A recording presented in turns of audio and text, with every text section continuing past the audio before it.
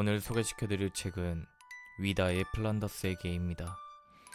이 책을 보면서 넬로의 순수한 마음, 그리고 파트라슈의 우정, 마을 사람들의 깨달음, 물질적인 가치보다 사람이란 결국 더불어 사는 존재라는 얘기를 하는 것 같아 많은 생각을 하게 만드는 것 같습니다. 그리고 제 자신을 한 번 더 돌아보게 되었고, 넬로와 파트라슈의 아낌없는 사랑과 순수함, 우정 깊은 대화들이 저에게 참 위로가 되었던 것 같습니다. 이 책이 오늘 여러분들에게 위로가 되었으면 좋겠습니다. 그럼 시작하겠습니다.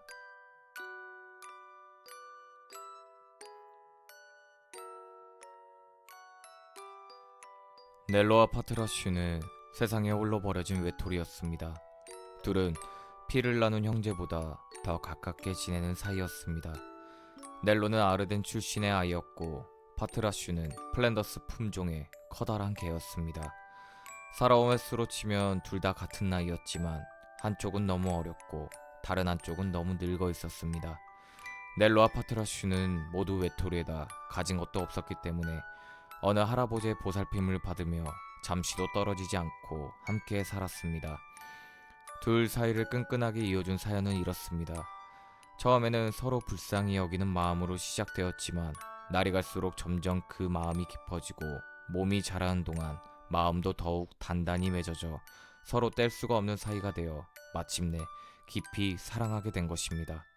넬로네가 사는 작은 오두막은 안트베르펜에서 조금 떨어진 플랜더스 지방의 작은 마을 끝자락에 있었습니다. 넬로네 오두막은 목장과 밀밭이 드넓게 펼쳐진 가운데에 있었습니다. 오두막의 곁에는 커다란 운하를 따라 길게 늘어선 포플러와 바람에 구부러진 가지를 들이운 오리나무가 있는 곳이었습니다.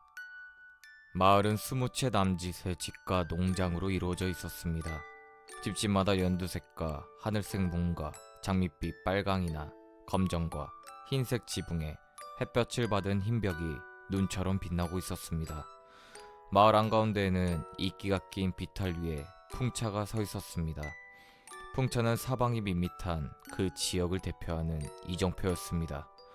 50여 년 전쯤에 나폴레옹 군대가 밀을 찢던 시절에 풍차를 처음 만들었을 때는 날개까지 온통 빨간색으로 칠을 했었지만 지금은 햇빛과 바람에 빛이 발해 불그스레한 갈색으로 변해버렸습니다. 게다가 마치 관절염에 걸린 노인처럼 잘 돌아가지 않거나 느닷없이 이상하게 움직이기도 했습니다. 그렇지만 풍차는 온 마을 사람들을 위해 제 역할을 다했습니다. 마을 사람들 역시 곡식을 다른 곳에서 찍는 것을 불경스레 여겼습니다. 마치 풍차 맞은편에 서 있는 원뿔 모양의 뾰족탑을 하고 있는 마을에 낡고 작은 칙칙한 성당의 성찬대에서 미사를 보지 않고 다른 성당으로 가서 미사를 보는 것과 마찬가지였기 때문입니다. 하나뿐인 낡은 성당의 종은 아침과 점심, 저녁마다 기괴하고 나지막하면서도 쓸쓸한 소리로 구슬프게 울렸습니다. 근처의 저지대 지방에 매달린 모든 종들은 풍경에 걸맞는 그런 음색을 가지고 태어나는 것처럼 말입니다. 태어날 무렵부터 시간을 알리는 구슬픈 소리를 들으며 넬로와 파트라슈는 마을의 끝자락의 작은 오두막에서 함께 살았습니다. 목초와 곡식이 잔잔한 바다처럼 펼쳐진 초원 너머 북동쪽에 안트베르펜 대성당의 뾰족탑이 보였습니다. 그 오두막에는 예안다스라는 가난하고 나이든 할아버지가 살고 있었습니다. 할아버지는 언젠가 황소가 밭고랑을 밟는 것처럼 전쟁이 이 지방을 휩쓸었던 때를 누구보다 똑똑히 기억하고 있는 퇴역 군인이었습니다. 할아버지가 군 생활에서 얻은 것이라고는 상처뿐이었습니다. 전쟁은 할아버지를 절름발이로 만들었습니다. 예안다스 할아버지가 거의 여든이 다 되었을 무렵에 할아버지의 딸이 스테벨로 근처의 아르덴에서 죽었습니다. 딸은 할아버지에게 2살배기 아들을 남기고 떠났습니다. 할아버지는 스스로 병수발을 하며 견디는 처지임에도 불평 하나 없이 애물단지 손자를 떠맡았습니다. 그렇지만 손자는 금세 할아버지의 고맙고 소중한 존재가 되었습니다. 어린 넬로는 할아버지와 함께 살며 무럭무럭 자랐습니다. 넬로라는 이름은 니콜라스의 애칭이었습니다. 할아버지와 손자는 작고 가난한 오두막에서 행복하게 지냈습니다. 사실 오두막은 아주 보잘것없는 흙투성이었지만 바닷가의 조개 껍데기만큼이나 희고 깨끗했습니다. 작은 텃밭에는 콩과 약초와 호박을 길렀습니다. 할아버지와 넬로는 정말 가난했습니다. 끔찍이도 가난해서 며칠 동안 한 끼 식사도 하지 못할 정도였습니다. 한 번도 배불리 먹어본 적이 없었습니다. 만약 한 번이라도 배불리 먹었었더라면 단숨에 하늘을 오르듯 기뻤을 것입니다. 그런 살림에도 할아버지는 넬로를 아주 친절하고 인자하게 대했습니다. 넬로는 귀엽고 순수하며 정직하고 따뜻한 마음을 가진 아이였습니다. 할아버지와 넬로는 빵 한 조각과 양배추 몇 입으로도 세상 어떤 부귀영화를 바라지 않을 만큼 행복하게 살았습니다.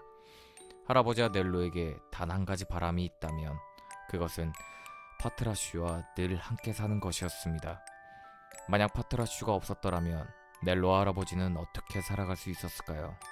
파트라슈는 할아버지와 넬로의 모든 것이었습니다. 보물이자 곡식 창고였고 금고이자 요술 지팡이였습니다. 삶을 책임지는 가장이면서 하인이었고 친구이자 든든한 버팀목이었습니다. 파트라슈가 죽거나 떠나버리면 할아버지와 넬로도 마찬가지로 죽거나 길거리에 나앉을 형편이었습니다. 파트라슈는 할아버지와 넬로의 몸이자 머리요 손과 발이었습니다.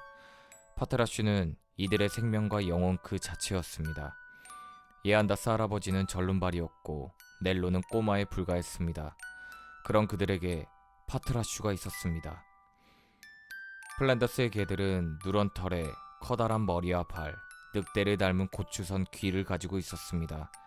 조상 대대로 이어온 고된 노동으로 단련된 근육 때문에 다리는 활처럼 휘고 발은 넓적했습니다. 오랜 세월 동안 힘들고 무자비한 일을 감당한 그런 플란더스의 개의 혈통을 이어받은 파트라슈였습니다. 하인들의 하인이었고 평민의 개였으며 수레와 마차를 끄는 가축이었습니다. 물집 투성인 채로 힘줄이 끊어져라 짐수레를 끌다가 메마른 거리에서 마침내 심장이 멎어 죽어버리는 동물에 불과했습니다. 파트라슈의 부모는 평생을 날카로운 돌조각이 깔린 많은 도시의 길과 끝도 없는 그늘조차 없는 것으로 악명 높은 플란더스의 두 갈래의 길 그리고 브라반트의 길 위에서 고된 일을 했습니다. 파트라슈가 부모에게서 물려받은 것이라곤 대를 잇는 고통과 일거리뿐이었습니다. 욕을 밥처럼 먹으며 늘 채찍 세례를 받으며 살았습니다. 그러면 안 되는 이유도 없었습니다. 사람만이 대접받는 기독교 전통이 자리한 이 지역에서 파트라슈는 그저 개에 불과했습니다. 파트라슈는 제대로 자라기도 전에 이미 수레와 목줄의 쓴맛을 맛보았습니다. 태어나 13개월 즈음에 철물장수의 재산 목록에 오르게 되었습니다. 철물장수는 푸른 바다에서 초록의 산까지 발 닿는 곳이라면 어디든 남과 북으로 오가며 돌아다니는 사람이었습니다.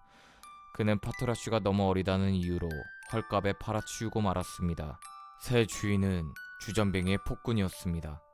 파트라슈의 삶은 지옥 같았습니다. 그 당시에는 짐승을 지옥불에 다스리는 것이 기독교들의 신앙심을 일깨우는 수단이기도 했습니다. 새 주인은 퉁명스럽고 게으른 데다 잔인하기까지 한 브라반트 사내였습니다. 그는 수레에 주전자와 냄비, 커다란 병, 양동이에다가 온갖 주방용품, 녹그릇과 주석으로 만든 물건까지 하나 가득 쌓아 올렸습니다.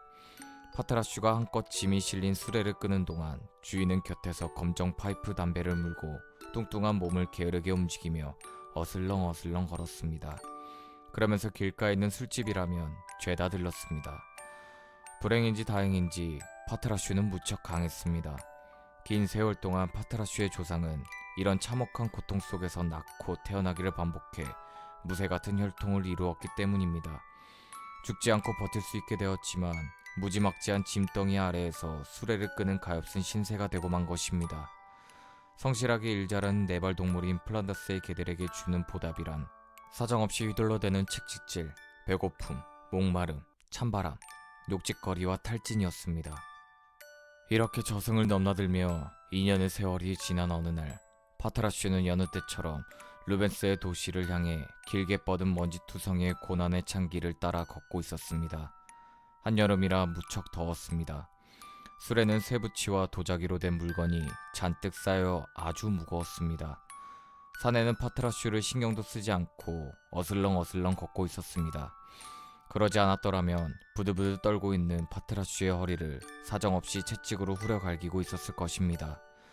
이 브라반트 사내는 매번 술집이 나타날 때마다 맥주를 마시려고 머물렀지만 파트라슈에게는 수로에 흐르는 물을 마실 시간조차 주질 않았습니다.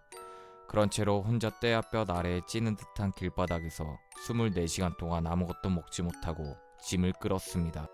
더 잔인한 일은 12시간이 되도록 물 한 방울 마시지 못한 채 먼지가 앞을 가려 쓰라려도 허리에 얹힌 무자비한 짐을 온몸이 마비가 되도록 끌었다는 점이었습니다. 파트라슈는 비틀거리며 입에 거품을 물었습니다. 그리고 결국 쓰러지고 말았습니다. 파트라슈는 따가운 햇볕이 내리쬐는 뽀얀 먼지투성이의 길 한가운데서 쓰러졌습니다. 죽을 만큼 아파서 움직일 수조차 없었습니다. 사내는 자기가 가지고 있던 하나뿐인 약을 파트라슈에게 주었습니다. 그것은 바로 욕설과 함께 걷어차고 참나무 몽둥이로 때리는 것이었습니다. 늘 먹고 마시던 유일한 대가였습니다. 하지만 파트라슈에게 욕설과 매질을 해도 소용이 없었습니다. 아무런 움직임도 없이 여름날의 뽀얀 먼지를 뒤집어 쓰고 쓰러져 있었습니다.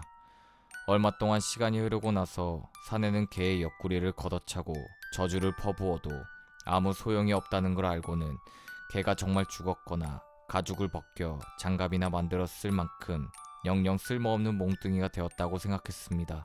사내는 모진 욕짓거리로 개의 명복을 빌고 나서 하니스 가죽끈을 풀었습니다. 그리고 개를 길 옆 풀밭으로 걷어차 버리고는 화를 내며 투덜댔습니다. 사내는 죽어가는 개를 개미나 까마귀가 파먹도록 내버려두고 언덕길을 혼자 느릿느릿 수레를 끌고 사라졌습니다. 그날은 루뱅에서 열리는 케르메스 축제의 전날이었습니다. 이 브라반트 사내는 얼른 축제 장터로 달려가 노새가 실린 수레를 좋은 자리에 놓고 싶어 서두르던 참이었습니다. 그래서 더 화가 났습니다. 파트라슈는 아주 힘세고 끈기 있는 개였지만 이제는 사내 스스로 루벤까지 수레를 끄는 중노동을 해야 했기 때문이었습니다. 그는 파트라슈를 돌보기 위해 잠시라도 머물 마음이 없었습니다. 개가 죽어 부릴 수가 없으니 대신 수레를 끌 다른 개를 훔칠 작정이었습니다. 사내는 주인이 한눈을 파는 틈을 타서 어슬렁대며 쏟아지는 커다란 개를 찾아 나섰습니다. 파트라슈를 구해서 기르는 동안 한 푼도 돈을 들이지 않았던 사내였습니다. 지옥 같은 2년의 시간 동안 모질게 학대하며 일만 시켰습니다. 해가 뜰 때부터 질 때까지 여름이든 겨울이든 날씨가 좋든 나쁘든 상관하지 않았습니다. 사내는 파트라슈를 데리고 제법 돈도 벌고 여러모로 도움을 많이 받았습니다.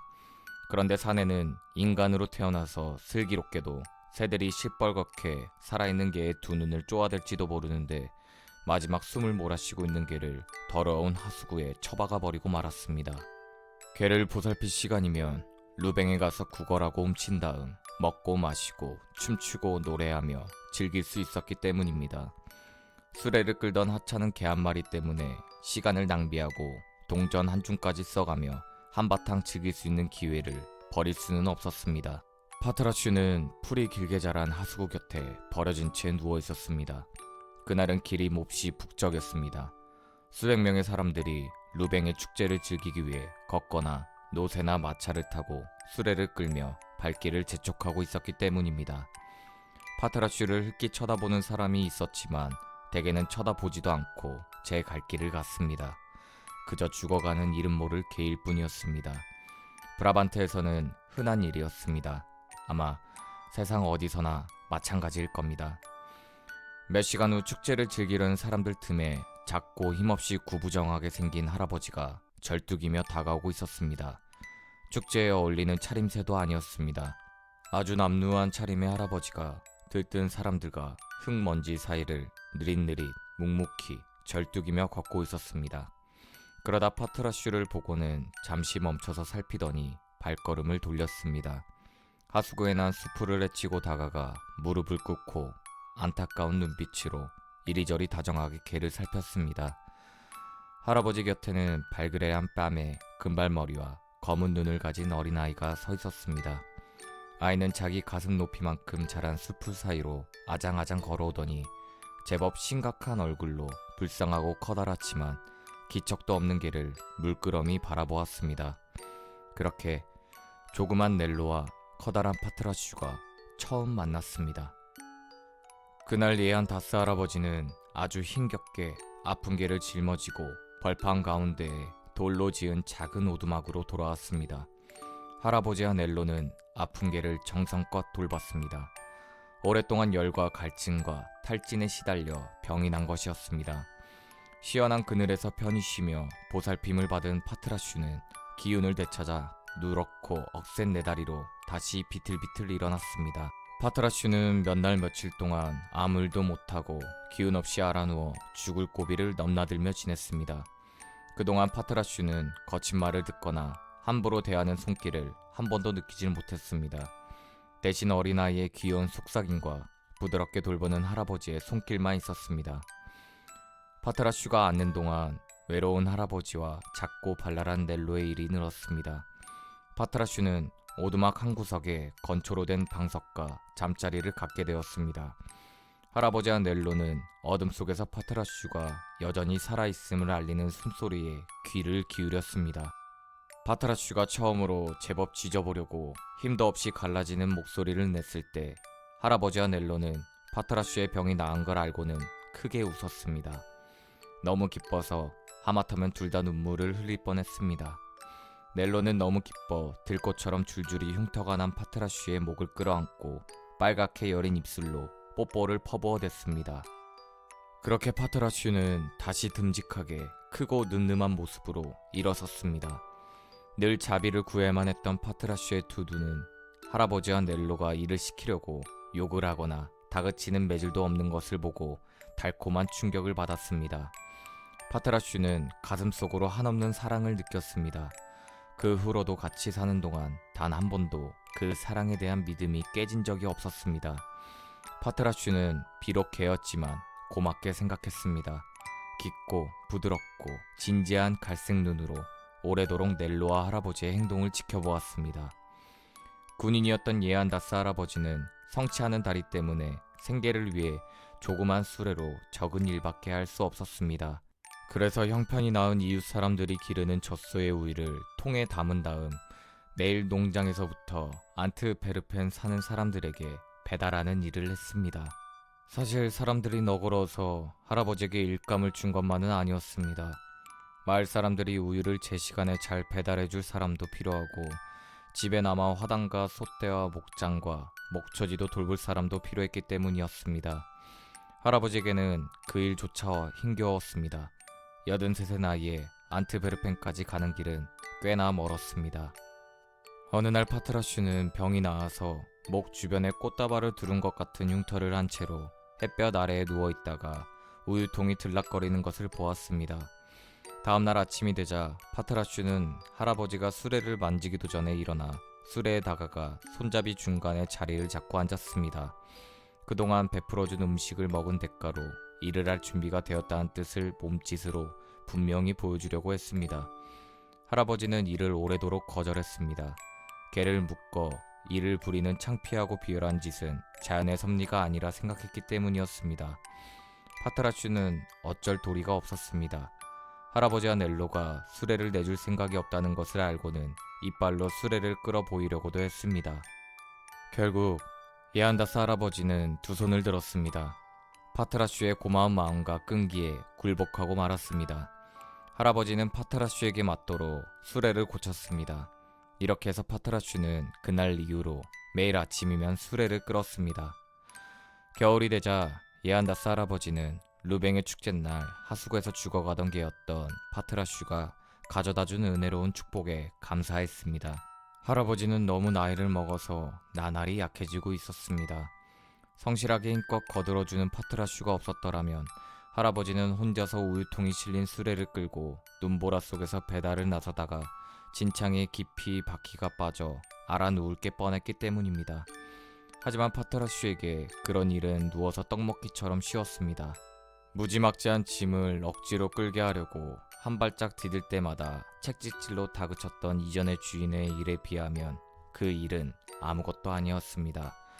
오히려 작은 연두색 수레에 빛나는 노쇠 우유통을 싣고 나설 때면 친절한 할아버지가 늘 곁에서 따뜻한 보살핌과 다정한 말로 함께했기에 즐겁기까지 했습니다. 게다가 하루에 서너 시간이면 일이 끝났기 때문에 남는 시간은 자유로웠습니다. 늘어지게 기지개를 켜고 햇볕 아래에서 잠을 잔다거나 벌판을 쏘다니며 넬로와 뛰어놀고 친한 개들이랑 함께 어울려 놀았습니다. 파트라슈는 너무 행복했습니다. 다행스럽게도 전 주인은 파트라슈가 잘 지낼 수 있도록 메일랜 축제 장터에서 취한 채 다투다가 죽고 말았습니다.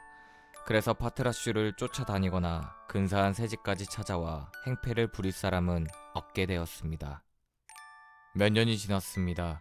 늘 다리를 절던 예안다스 할아버지는 마침내 관절염으로 다리가 마비되어 더 이상 수레를 끌 수 없게 되었습니다. 대신에 할아버지와 여러 번 함께 다녀서 배달하는 도시를 잘 알고 있던 6살의 어린 넬로가 수레 곁을 대신하게 되었습니다. 넬로는 우유 판 돈을 받아 농장 주인들에게 가져다 주는 일을 의젓하게 잘 해냈습니다. 사람들은 이런 넬로를 무척 마음에 들어 했습니다. 넬로는 잘생긴 소년이 되었습니다. 검고 부드러운 깊은 눈과 예쁜 꽃물이 든 얼굴에 금발 머리카락이 목 주변까지 감싸고 있었습니다. 많은 화가들이 넬로의 수레가 지나가면 스케치를 했습니다. 초록 수레에는 테니어스와 미리스, 반탈신의 노쇠 우유통이 실려 있었습니다. 그리고 황갈색의 크고 늠름한 개가 발걸음을 옮길 때마다 하니스에 달린 종이 즐겁게 울렸습니다. 개의 곁에는 작고 하얀 발에 커다란 나막신을 신은 조그만 꼬마가 따르고 있었습니다.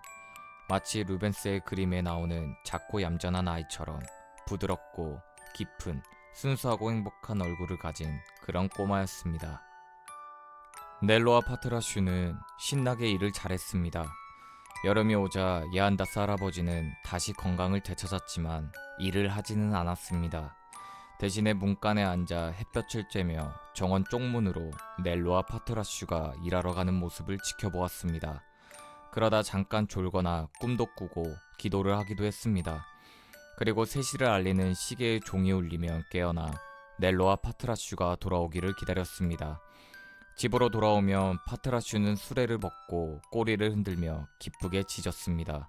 넬로는 그날 있었던 이야기를 자랑스럽게 늘어놓았습니다. 그리고는 다 함께 집으로 들어가 우유나 수프를 곁들인 빵으로 식사를 했습니다. 그림자가 너른 벌판에 길게 들이울 때면 넬로와 파트라슈는 커다란 대성당 뾰족탑에 들이운 노을을 구경하러 갔습니다. 날이 저물면 함께 누워 할아버지의 기도 소리를 들으며 평화롭게 잠들었습니다. 그렇게 날이 가고 해가 갔습니다. 넬로와 파트라슈는 착하고 행복하고 건강하게 자랐습니다. 봄과 여름에는 더욱 즐거웠습니다. 플랜더스는 사실 멋진 곳은 아닙니다. 루벤스의 자취가 남아있는 도시 중 제일 볼품없는 곳이기도 합니다. 슬픈 종소리를 울리는 쓸쓸한 종탑이나 농부들이 만든 낯가리와 나무꾼이 쌓아 올린 장작 무더기만 그림처럼 눈에 띌 뿐 이렇다 할 특징도 없이 밋밋한 벌판이 지루하게 잇대고 있었습니다. 어딜 봐도 예쁜 구석 하나 없이 늘 단조로운 풍경이었습니다. 그래서 산 위나 숲속에 사는 사람들은 끝없이 펼쳐진 광활하고 황량한 지평선 때문에 감옥이라도 갇힌 듯 지겨움에 시달려야 했습니다. 너른 지평선이 따분하고 단조롭긴 해도 땅은 기름지고 그런대로 조금 매력은 있었습니다. 물가에는 꽃과 키 큰 나무들이 싱싱하게 자라고 있었습니다. 화물선이 해를 등지고 그 크고 검은 그림자를 이끌며 수로를 지나갈 때면 나뭇잎의 색과는 다르게 배 위에 작은 초록색 통과 알록달록한 깃발들이 화려하게 빛났습니다. 어쨌든 넬로와 파트라슈에게는 그 푸른 수풀과 드넓은 벌판이 정말 마음에 들어서 더 이상 바랄 게 없었습니다. 일이 끝나면 둘이 운하 옆에 수풀에 누워 시끄럽게 지나가는 배를 구경하거나 상쾌한 바다의 짠내가 섞인 한여름의 꽃향기를 맡았습니다. 그러나 겨울은 정말 견디기 힘들었습니다. 지독하게 추운 아침마다 날도 새기 전에 일어나야 했습니다. 식사를 하지 못하는 날도 수두룩했습니다. 추운 밤이 찾아올 때면 오두막은 가축우리보다 나을 게 하나도 없었습니다. 그럭저럭 따뜻하다는 날도 춥기는 마찬가지였습니다. 그저 한 번도 열매를 맺은 적이 없는 커다란 넝쿨이 꽃필 때나 열매를 거두는 계절에도 늘 무성히 자라 멋진 창문 장식을 만들며 포근히 오두막을 감쌌습니다. 겨울의 칼바람은 가난한 오두막에 난 구멍이라면 빠지지 않고 구석구석 찾아들었습니다. 넝쿨조차 입도 없이 잠들어 있었습니다. 헐벗은 벌판은 더욱 황량하고 쓸쓸했습니다. 때로는 집안의 얼음도 얼었습니다. 넬로의 여린 팔다리는 눈 때문에 얼어붙을 지경이었고 늠름한 파트라슈의 발바닥은 얼음 조각에 찔린 상처가 가득했습니다. 그렇지만 아무도 슬픔에 겨운 한숨을 쉬지 않았습니다. 넬로의 남학신과 파트라슈의 네 다리는 하니스에 달린 종소리를 울리며 씩씩하게 얼어붙은 벌판을 함께 걸어 나갔습니다. 안트베르펜에 가면 이따금 어떤 아주머니가 수프 한 그릇과 빵 한 덩이를 주거나 맘씨 좋은 상점 주인이 집으로 돌아오는 넬론의 작은 수레에 장작 몇 개를 던져주기도 했습니다. 마을에 사는 어느 아주머니는 집에 가져다 먹으라며 우유를 나눠주기도 했습니다. 그럴 때면 넬로와 파트라슈는 기쁨의 함성을 지르며 땅거미가 지는 눈 덮인 하얀 벌판을 내달려 집으로 돌아왔습니다. 그렇게 꽤나 만족스럽게 살았습니다. 파트라슈는 큰 길이나 사람들이 오가는 도로에서 개들이 꼭두 새벽부터 늦은 밤까지 채찍질과 욕설을 밥삼아 먹으며 고생스레 사는 모습을 보았습니다. 개들은 굶주림과 추위에 떨다가 겨우 쫓겨나듯 수레의 굴레에서 벗어나는 것이 최선이었습니다.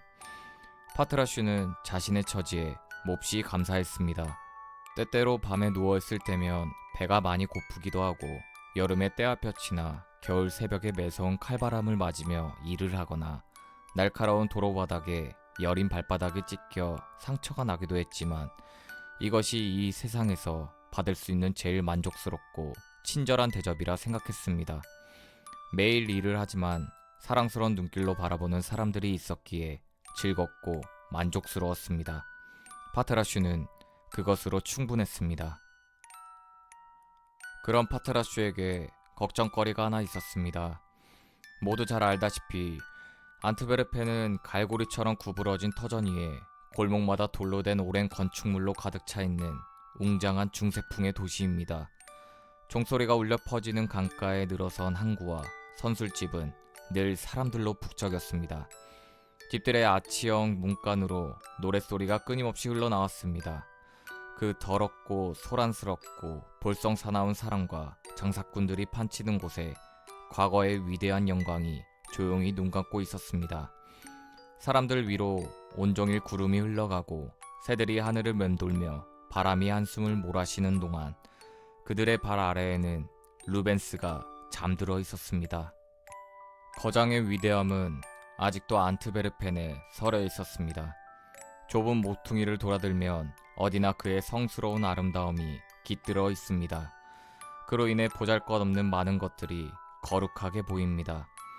구불구불한 길을 천천히 지나 고요한 강변에 이르렀다가 냄새나는 저작거리를 걸을 때면 루벤스의 미적 영감이 함께 따라 걷는 듯합니다.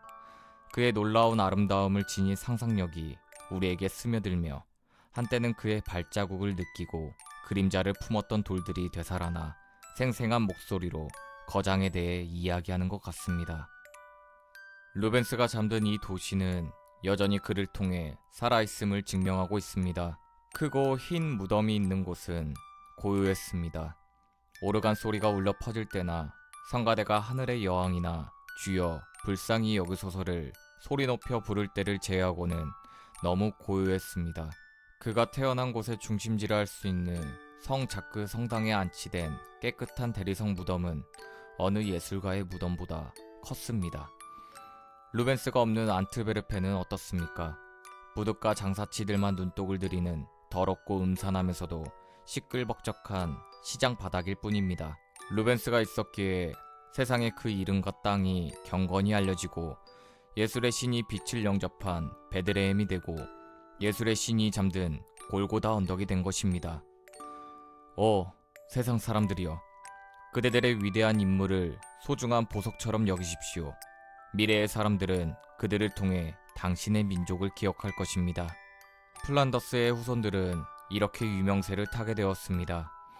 루벤스가 살아있을 때는 플란더스가 낳은 아들이라는 이름 때문에 그 땅의 위대함이 칭송을 받고, 그가 죽은 후에는 루벤스라는 이름 때문에 플란더스가 돋보이게 되었습니다. 이것 말고는 플란더스가 명성을 떨친 일이 거의 없습니다. 하여튼 파트라슈의 걱정거리는 이런 것이었습니다.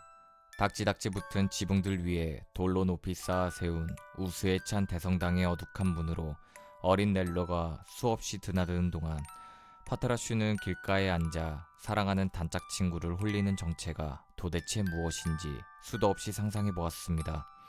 한두 번 파트라슈는 직접 확인하고 싶어 우유 수레를 덜컹거리며 계단을 오르려고 한 적도 있었습니다. 하지만 금세 검은 옷을 입은 키다리 성당 관리인에게 쫓겨나거나 입구를 막은 은사슬 때문에 돌아설 수밖에 없었습니다. 그리고 혹시나 넬로를 곤란에 빠뜨려 좋지 않은 일이 생길까봐 다정한 친구가 다시 나타날 때까지 성당 앞에서 죽은 듯이 엎드려 기다렸습니다. 파트라슈의 근심은 넬로가 단지 성당에 들어가기 때문이 아니었습니다. 파트라슈는 온 마을 사람들이 풍차 건너편에 있는 낡고 작은 잿빛 성당을 다녔기에 사람들은 을에 성당에 다니는 것을 알고 있었습니다. 파트라슈가 걱정하는 것은 넬로가 대성당에서 나오면 늘 상기가 되어 있거나 창백한 낯빛을 하고 있어서 이상해 보였기 때문입니다. 그렇게 대성당에 다녀온 날이면 넬로는 놀지도 않고 꿈꾸는 듯 조용히 앉아있곤 했습니다.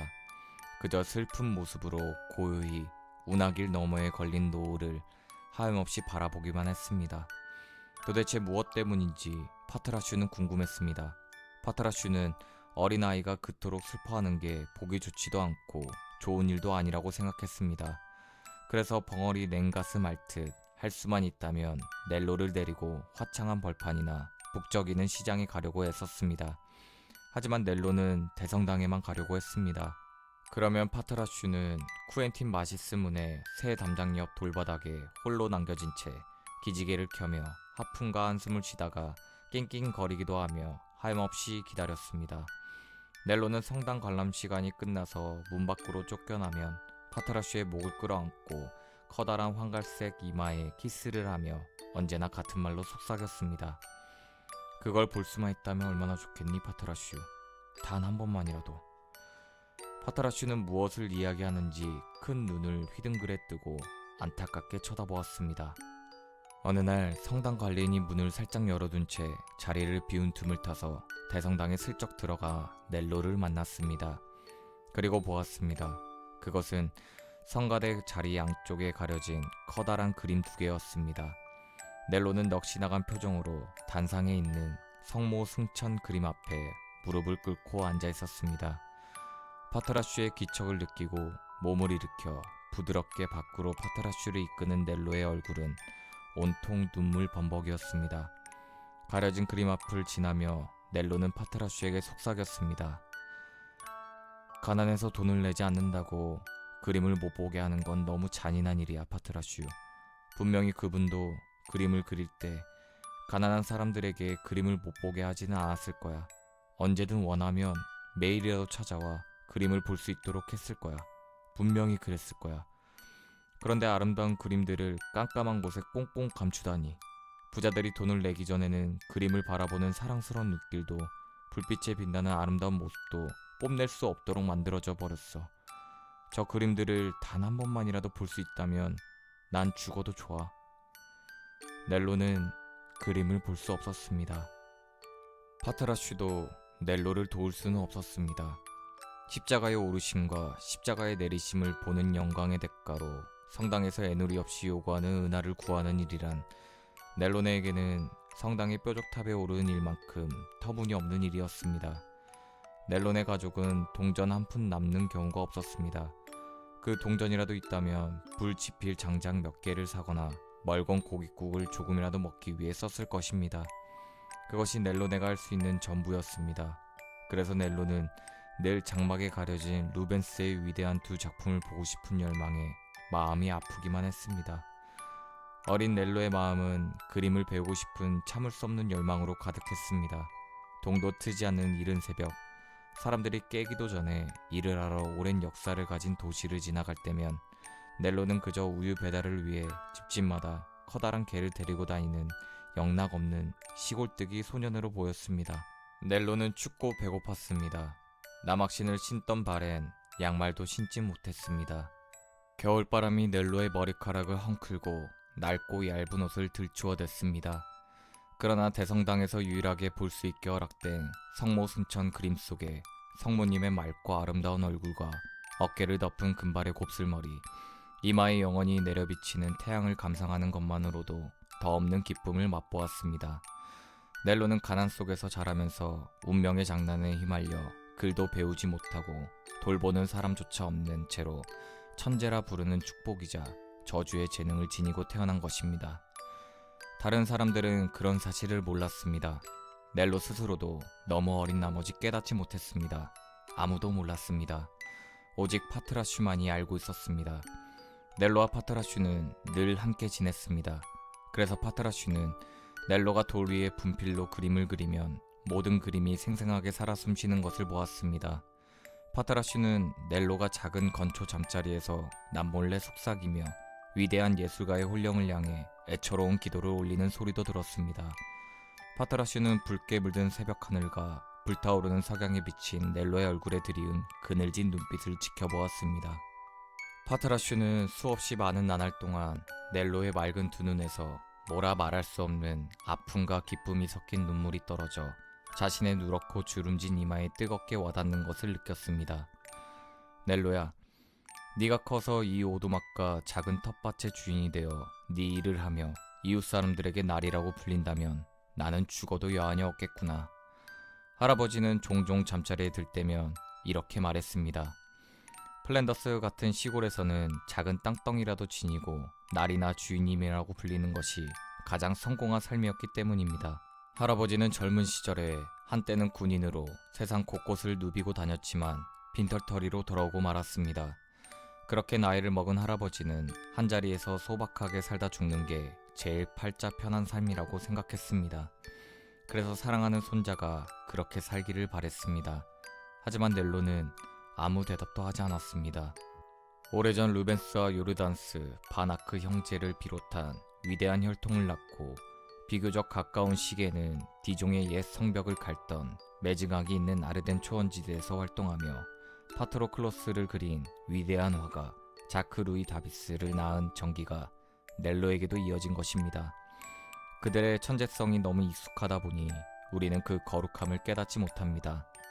넬로는 장래의 작은 텃밭이나 일구고 장가지로 엮은 지붕 아래에 살면서 자기와 처지가 비슷하거나 조금 더 못 사는 이웃 사람들에게 날이라고 불리며 사는 것과는 다른 꿈을 꾸었습니다. 붉은 노을이 물드는 저녁이나 어둑한 잿빛의 안개가 낀 아침이면 벌판 건너의 우뚝 선 대성당의 뾰족탑은 다른 삶의 이야기를 들려주었습니다. 넬로는 이런 이야기를 파트라슈에게만 말했습니다. 안개 낀 이른 아침에 둘이 일하러 갈 때나 요란한 소리로 흐르는 강가에서 쉴 때면 넬로는 파트라슈의 귀에 자신의 꿈을 조잘조잘 속삭였습니다.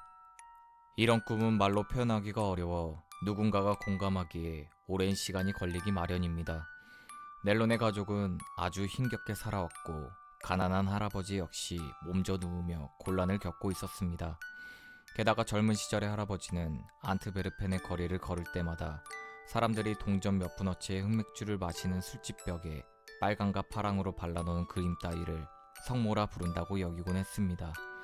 유명한 다른 성찬대의 그림도 마찬가지라고 생각했습니다. 할아버지는 햇살이 좋은 곳이면 어디든 찾아 떠돌아다니다 플란다스로 들어온 시골 여행자였기 때문이었습니다. 파트라슈 외에 넬로의 부푼 꿈을 이야기할 수 있는 사람이 하나 더 있었습니다. 바로 알루아라는 소녀였습니다. 소녀는 초록풀이 깔린 작은 언덕 위에 빨간 방앗간에 살았습니다. 방앗간 주인인 소녀의 아빠는 마을에서 가장 수완이 좋은 사람이었습니다. 알루아는 발그레한 둥근 얼굴을 가진 아주 예쁜 소녀였습니다. 검고 예쁜 두 눈이 아주 사랑스러웠습니다. 알로아의 눈은 플랜더스 사람들의 얼굴에 남은 스페인 알바 공작 통치의 증표로서 마치 스페인 예술이 플랜더스 지방 곳곳에 뿌리 깊게 남긴 장엄한 궁전과 품격 있는 건물, 금박을 입힌 처마, 문틀 위에 가로된 돌에 새긴 장식과 시구를 새긴 조각품과도 같은 것이었습니다. 알로아는 넬로와 파트라슈랑 자주 어울렸습니다. 눈밭을 내달리거나 꽃과 열매를 따며 벌판에 놀기도 하고 함께 낡은 잿빛 성당에 오르거나 방앗간의 넓은 화덕 옆에 앉아 놀기도 했습니다. 알로아는 마을의 최고 부잣집 외동딸이었습니다. 알로아가 입은 파란색 드레스는 구멍이라고 난 적이 없었습니다. 축제 장터에서는 금박을 입힌 호두와 밤과 하느님의 어린 양 모양의 사탕을 손에 쥘 수 있는 만큼 마음껏 가질 수 있었습니다. 첫 영성체를 받던 날, 소녀의 갈색 곱슬머리 위에 값비싼 메일렌 장식에 미사포가 씌워졌습니다. 이 미사포는 조상 대대로 물려받은 물건이었습니다. 알로아는 12살밖에 되지 않았는데도 진작부터 마을 아저씨들은 자기네 아들과 결혼하면 훌륭한 며느리가 될 거라고 떠버리곤 했습니다. 하지만 알로아는 밝고 순수한 아이였습니다. 상속 재산 따위에는 관심도 없이 넬로와 파트라슈아하고만 놀기를 좋아했습니다. 알로아의 아빠인 코제나리는 좋은 사람이었지만 조금 무뚝뚝한 사람이었습니다. 어느 날 이제 막 풀베기 작업이 끝난 풍차 뒤에 너른 풀밭에서 놀고 있는 아이들에게 다가왔습니다. 건초더미 사이에 앉아있는 알로아의 무릎에는 파트라슈의 황갈색 큰 머리가 얹혀있고 둘 다 몸에 개 양귀비와 수레국화로 만든 화관을 두르고 있었습니다. 넬로는 그 모습을 깨끗하고 매끄러운 송판에 숯 조각으로 그리고 있었습니다. 방앗간 집주인은 걸음을 멈추고 그림을 바라보았습니다. 그의 눈에 눈물이 흘렀습니다. 그림은 예쁜 딸과 놀랍게 닮아 있었습니다. 너무나 잘 묘사해서 마음에 쏙 들었습니다. 그렇지만 그는 엄마의 집안일을 돕지는 않고 게으름을 피운다고 알로아를 무섭게 꾸짖었습니다. 알로아는 무서운 나머지 울며 집으로 돌아갔습니다. 그리고 그는 돌아서서 넬로의 손에서 그림을 그린 송판을 빼앗았습니다. 언제까지 이런 멍청한 짓이나 하고 있을 테냐. 알로아의 아빠가 다그쳤지만 목소리는 떨고 있었습니다. 넬로는 얼굴이 빨개져서 고개를 숙였습니다. 저는 보이는 것을 그릴 뿐이에요. 넬로가 풀 죽은 목소리로 대답했습니다. 알로아의 아빠는 잠시 할 말을 잃었습니다. 그러더니 손을 뻗어 1프랑짜리 은하를 불쑥 내밀었습니다. 아까 말했듯이 이건 쓸데없는 짓이다. 그저 시간 낭비일 뿐이야.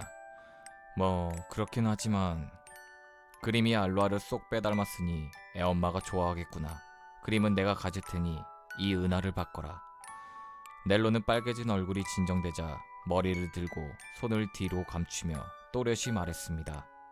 그림과 돈을 전부 가져가세요, 코제나리. 이따금 저한테 잘해주셨잖아요.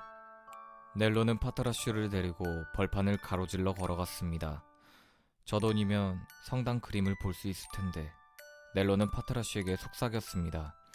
그래도 알로아의 그림을 팔 순 없어. 아무리 성당 그림이 보고 싶어도 말이야.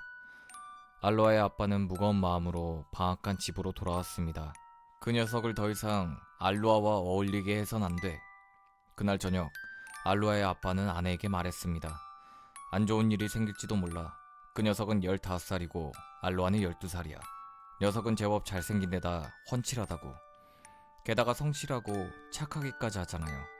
아주버니는 굴뚝 선반에 참나무 뻐꾸기 시계와 양초 예수상과 나란히 놓인 송판 그림이 마음에 들어 눈을 떼지 못하며 말했습니다. 그건 그래.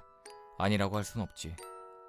백납 포도주 병에 담긴 술을 들이키며 코제나리가 말했습니다. 그럼 당신 생각이 그렇더라도 둘이 사귀게 되면. 아주머니가 조심스럽게 말했습니다. 문제될 건 없잖아요. 알로아는 둘이 살 만큼 충분히 물려받을 테고 행복만큼 소중한 건 없잖아요. 당신이 뭘 한다 그래. 한심하기는. 코제나리는 버럭 화를 내며 탁자 위에 담배 파이프를 내동댕이 쳤습니다. 그 녀석은 빈터털이야. 거지나 다름없다고. 그 녀석은 잘난 화가를 꿈꾸고 있어. 그건 거지보다 더 안 좋은 거야. 둘이 맺어지지 못하게 잘 감시나 해. 아니면 알로아 이 녀석을 믿을 만한 사람에게 말해 수녀원으로 보내버릴 테니까. 아주머니는 가엾게도 너무 무서워 마지못해 남편의 말을 따르겠다고 약속하고 말았습니다. 아주머니는 알로아의 단짝 친구를 떼어놓으려는 걸 맺어줄 수도 없고 남편이 가난한 죄밖에 없는 소년을 가혹하게 매도하는 일조차 막지 못했습니다. 게다가 단짝 친구에게서 알로아를 떼어놓는 방법은 너무 많았습니다. 결국 과묵하지만 자존심 세고 섬세한 소년으로 자란 넬로는 쉽게 상처를 받고 말았습니다. 언제나 시간이 날 때면 파트라슈와 함께 늘 즐겨 찾아가던 언덕 위에 낡고 빨간 방앗간을 향해 발걸음을 돌렸습니다. 뭘 잘못했는지 넬로는 알지 못했습니다. 그냥 풀밭에서 알로아의 초상을 그린 행동이 코제나리를 화나게 한 것 같다고 생각했습니다. 넬로를 좋아하는 알로아가 달려가 넬로의 손이라도 잡으려 하면 넬로는 소녀에게 슬픈 미소를 띠며 부드럽게 염려를 했습니다. 안돼 알로아, 아빠를 화나게 하지 마. 아빠는 내가 널 게으르게 만든다고 생각하셔. 나랑 같이 있으면 싫어하시잖아. 네 아빠는 좋은 분이고 널 많이 사랑하시니까 그분을 화나게 하지 말아야지 알로아. 말은 그렇게 했지만 넬로의 마음은 무척이나 슬펐습니다. 세상은 더 이상 파트라슈와 함께 걸으며 바라보던 길게 뻗은 포플러 가로수길의 아침 햇살처럼 빛나지 않았습니다. 낡고 빨간 방앗간은 넬로에게 마음의 고향 같은 곳이었습니다. 방앗간 앞을 지날 때면 넬로는 언제나 걸음을 멈추곤 했습니다. 방앗간 집 식구들의 기분 좋은 인사소리와 함께 소녀의 귀여운 금발머리가 낮은 방앗간 문 밖으로 나와 앙증맞은 손으로 파트라슈에게 뼈다귀나 빵 조각을 주었기 때문이었습니다. 이제는 굳게 닫힌 문을 파트라슈가 아쉬운 눈으로 바라보았습니다. 그리고 소녀는 쓰린 가슴을 안고 방앗간 앞을 스쳐 지났습니다. 소녀는 집안의 작은 난로가에 앉아 뜨개질 옷감 위에 눈물을 흘렸습니다. 코제나리는 방앗간 톱니바퀴와 자루들 사이에서 자신의 의지를 다지며 이렇게 혼잣말을 했습니다. 이렇게 하는 게 최선이야. 그 녀석은 거지일 뿐이지. 천하의 게으름뱅이에다 허황된 꿈을 꾸고 있어. 나중에 나쁜 일이 일어나지 않는다고 누가 장담하겠어. 그는 나이에 비해 치밀한 편이었습니다. 특별한 때와 필요한 때가 아니면 문을 잠가두었습니다. 두 아이가 만나 따뜻한 정을 나누고 유쾌하게 떠들도록 놔두지 않을 생각이었습니다. 매일 즐겁게 만나 꾸밈없는 마음으로 행복한 인사와 대화를 나누며 노는 게 익숙했던 아이들이기 때문이었습니다. 아무도 놀이를 감시하거나 두 아이의 호감 어린 표현을 엿듣는 이도 없었습니다. 다만 파트라슈만이 개가 가진 예민한 이해심으로 두 아이의 기분에 맞춰 목에 걸린 노쇠종을 점잖게 울리곤 했습니다. 모든 게 달라졌어도 예쁜 송판 그림은 여전히 방앗간 집 부엌에 있는 굴뚝 선반 위에 뻐꾸기 시계와 양초 예수상과 함께 놓여져 있었습니다. 넬로는 가끔 코제나리가 그림 선물을 받았으면서 자신을 멀리하는지 이해하기 어려웠습니다. 하지만 넬로는 불평하지 않았습니다. 그림은 넬로의 은밀한 취미였기 때문입니다. 할아버지는 항상 넬로에게 이렇게 말했습니다. 우리가 가난한 것은 신의 뜻이니 기꺼이 받아들여야 한다. 나쁜 일이라도 좋은 마음으로 받아들이렴. 가난한 사람들은 선택할 수가 없어. 넬로는 이런 얘기를 늘 조용히 듣기만 했습니다. 할아버지의 말씀을 공손히 따랐습니다. 그렇지만 천재의 재능을 지닌 아이들이 마음을 빼앗길 때와 같은 막연한 기대감이 넬로의 가슴을 뒤흔들었습니다. 가난한 사람도 때로는 선택할 수 있어요. 위대한 사람이 될 수 있어요. 그렇게 사람들 편견을 깨는 거예요. 넬로의 순수한 마음은 그렇게 믿었습니다. 어느 날 알로아는 우연히 운하 옆 밀밭에 홀로 있는 넬로를 보았습니다. 알로아는 달려가 넬로의 손을 잡고 슬피 울었습니다. 다음 날은 바로 알로아의 생일이었습니다. 넬로는 늘 소녀의 생일잔치에 초대받아 저녁 만찬 후면 커다란 헛간에서 함께 뛰어 놀았습니다. 그런데 난생 처음으로 소녀의 부모님이 넬로를 초대하지 않았기 때문이었습니다. 넬로는 알로아에게 키스를 하고 나서 신념이 어린 목소리로 속삭였습니다. 언젠간 달라지겠지 알로아. 언젠간 네 아빠가 가지고 계신 작은 송판 그림이 은하와 맞먹는 가치를 가진 날이 올 거야. 그럼 네 아빠도 더 이상 문을 걸어 잠그진 않을 거야. 그냥 날 사랑해주길 바랄게. 귀여운 알로아. 항상 날 사랑해주면 돼. 난 꼭 유명한 화가가 될 거야. 내가 널 사랑하지 않게 되면 어쩔 거야? 알로아는 눈물이 맺힌 채로 애교스럽게 입을 살짝 삐죽이며 물었습니다. 넬로는 눈을 돌려 먼 곳을 바라봤습니다. 거기에는 대성당의 뾰족탑이 플랜더스의 저녁 노을을 배경으로 우뚝 서 있었습니다. 넬로의 얼굴은 미소 짓고 있었지만 여전히 슬픔이 서려 있었습니다. 알로아는 그런 넬로의 모습에서 알 수 없는 두려운 존경심이 들었습니다. 그래도 난 유명한 화가가 될 거야. 넬로는 조용한 목소리로 말했습니다. 유명해지지 못하면 죽을 거야, 알로아. 넌 날 사랑하지 않는구나. 응석바지로 자란 알로아는 이렇게 말하며 넬로를 왈칵 밀쳤습니다. 넬로는 미소를 지으며 머리를 가로저었습니다. 노랗게 키가 큰 밀밭 사이를 지나 길을 걸으며 언젠가 알로아 네 가족이 내쫓거나 외면하지 않고 정중히 초대를 하는 꿈을 꾸었습니다. 그러면 마을 사람들이 넬로를 우러러보며 서로 이렇게 말할 것입니다. 저기 보여? 유명한 화가가 되어 세상이 온통 이름을 불러대니 왕이 된 것 같구만. 전엔 그저 불쌍한 꼬마 넬로였는데 말이야. 누구는 걔한테 빌부터 빵이나 얻어먹는 거지라고 그랬지 아마? 그리고 넬로는 할아버지에게 화려한 모피옷을 입혀드리고 성 자크 성당에 있는 성모 가족화 속에 노인과 같은 초상화를 그려드리는 상상을 했습니다. 파트라슈의 목에는 황금 목걸이를 걸어주고 오른편에 앉힌 다음 사람들에게 이렇게 말할 생각이었습니다. 전엔 이 개가 하나뿐이 제 친구였어요. 그리곤 대성당의 뾰족탑이 보이도록 언덕 위에 커다란 대리석 집과 멋진 놀이터를 만든 다음 훌륭한 재능이 있는 어리고 가난한 외톨이들을 불러 모아 살게 해주는 모습을 그려보았습니다. 그들이 넬로의 이름을 부르며 칭송할 때면 언제까지나 이렇게 말할 생각입니다. 아니에요. 그렇게 생각하지 말아요. 루벤스님께 감사하세요. 그분이 없었다면 제가 뭘 할 수 있었겠어요. 이런 아름답고 불가능해 보이며 순수하면서 이기심이 없는 거장에 대한 존경으로 가득 찬 꿈이 넬로와 함께 했습니다. 꿈과 함께 걸으며 넬로는 행복했습니다. 비록 슬픔에 찬 알로아의 생일 잔칫날이지만 꿈이 있어 넬로는 행복했습니다.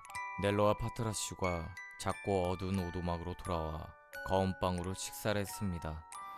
그동안의 방앗간 집에서는 온 동네 아이들이 모여 즐겁게 노래를 부르며 크고 둥근 디존 케이크와 아몬드를 뿌린 브라반트의 생강빵을 먹었습니다. 그리고 별빛이 쏟아질 때까지 커다란 헛간에서 피리와 바이올린 소리에 맞춰 춤을 추었습니다. 슬퍼하지마 파트라슈. 넬로는 문간에 앉아 파트라슈의 목을 껴안으며 말했습니다. 저만치 방앗간에서 들리는 유쾌한 목소리들이 밤 공기를 타고 들려왔습니다. 슬퍼하지마. 점점 달라질 테니까. 넬로는 미래를 믿었습니다. 하지만 경험이 많고 생각이 깊은 파트라슈는 넬로가 오늘 방앗간 집 저녁 만찬에 초대받지 못한 아픔을 불확실한 미래의 적과 꿀이 흐르는 달콤한 꿈으로 달랬을 뿐이라고 생각했습니다. 그래서 파트라슈는 코제나리 곁을 지날 때면 언제나 으르렁댔습니다. 오늘이 알로아의 생일이구나. 그렇지 않니? 그날 저녁 할아버지는 방 안쪽 마련된 불편한 잠자리에 누워 물었습니다. 넬로는 고개를 끄덕였지만 할아버지의 기억이 조금 틀렸으면 좋겠다고 생각했습니다. 그런데 왜 가지를 않았니?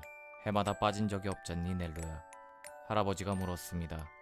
할아버지가 편찮으셔서 갈 수가 없었어요. 넬로는 할아버지의 침대 쪽으로 잘생긴 얼굴을 숙이며 속삭였습니다. 전처럼 눌레토 아주머니에게 잠시 내 곁에 앉아있다 가라고 하면 될 텐데. 넬로야, 무슨 일이냐? 알로아랑 싸운 건 아니겠지? 할아버지가 다그쳐 물었습니다. 아니에요, 할아버지. 그렇지 않아요. 넬로는 급히 대답을 했습니다. 숙이고 있던 넬로의 얼굴이 빨갛게 달아올랐습니다. 사실은 코제나리가 올해에는 절 초대하지 않았어요. 저 때문에 뭔가 불편하신가 봐요. 네가 잘못한 게 없잖느냐. 맞아요.